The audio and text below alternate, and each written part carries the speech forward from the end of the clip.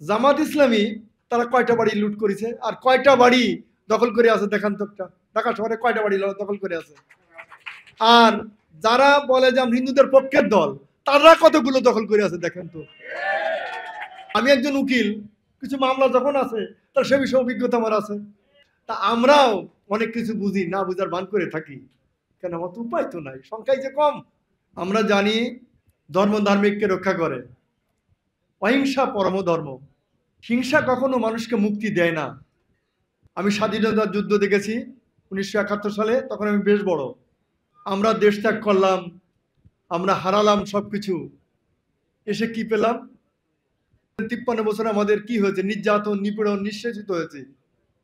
যা কিছু ঘটুক, আগে সংখ্যালঘুদের বাড়ি পোড়াও, ঘর বাড়ি লুটপাট করো, জায়গা লুটপাট থেকে বহিষ্কার করো, বাড়ি দখল করো। কারা করেছে তা আপনারা সবাই জানেন, এবং কারা ছিল বা এখনো আছে তারা জানেন। জামাত ইসলামী বা যারা অন্য অন্য ওনাদের সম্পৃক্ত দল, তারা কয়টা বাড়ি লুট করেছে আর কয়টা বাড়ি দখল করে আছে দেখান তো একটা। ঢাকা শহরে কয়টা বাড়ি দখল করে আছে? আর যারা বলে যে আমরা হিন্দুদের পক্ষের দল, তারা কতগুলো দখল করে আছে দেখেন তো। আমি একজন উকিল, এই হিসেবে তো কম বেশি ভালো উকিলের মন্দ উকিলই। কিছু মামলা যখন আছে তার সে বিষয়ে অভিজ্ঞতা আমার আছে।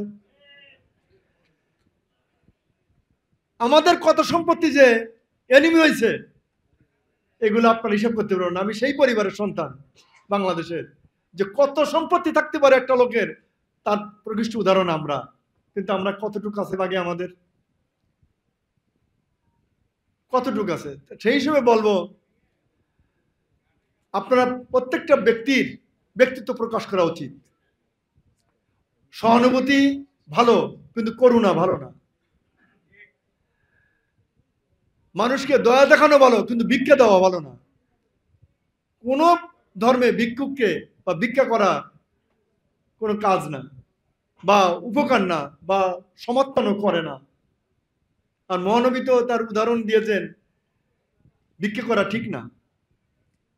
তা আমি ধর্ম বিষয়ক যেতে চাই না। আমরা এদেশে যে সমস্ত সম্প্রদায় একসাথে বসবাস করি, সংখ্যাগরিষ্ঠ সংখ্যালঘিষ্ঠ একথা বলতে নিষেধ করেছেন। অনুবাদে করে আমরা এখন নাকি 12% 8% এরকম আছি, সেই হিসেবে আমরা সংখ্যালঘু। কিন্তু বাংলাদেশের নাগরিক হিসেবে সংখ্যালঘু সংখ্যালঘু না। শিক্ষা দীক্ষা জ্ঞানে গরিমায় ও সব সম্প্রদায় তো প্রায় একই রকম। কিন্তু আমাদেরকে বঞ্চিত করা, আমাদের যেসব পাওনা সেগুলোকে বঞ্চিত করা, আমাদের অধিকার বঞ্চিত করা, আমরা নবী আমির কাছে সবিনয়ে অনুরোধ করব আমি, যে আপনি এ বিষয়ে যথার্থ একটা সিদ্ধান্ত নিয়ে আমরা যে সমস্ত সম্প্রদায় অন্য সম্প্রদায়ে বসবাস করি, তারা যেন সুষ্ঠুভাবে, স্বাধীনভাবে, নিরাপত্তায় এবং নির্বিবাদে ঘুরতে পারে, সে ব্যবস্থাটা আপনি একটু করবেন।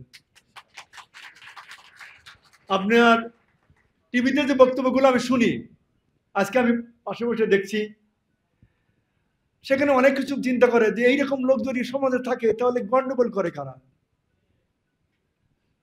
যে গানগুলো এখানে আজকে পরিবেশন হলো, তখন আমি চিন্তা করলাম, আমার সংক্ষিপ্ত বলে, আমি প্রথম জীবনে তো শিক্ষক ছিলাম, বাংলা শিক্ষক ছিলাম কলেজের। তো এই গানগুলো যদি রচনা যারা করেন, তারা কত মহানুভব, কত উদার। সেই গান আমরা শুনলাম, কিন্তু মনের ভিতরে আমরা উদার হই না। এখানে শুনেছি, খুব ভালো লাগছে, বাইরে যেয়ে কি এটা পালন করব?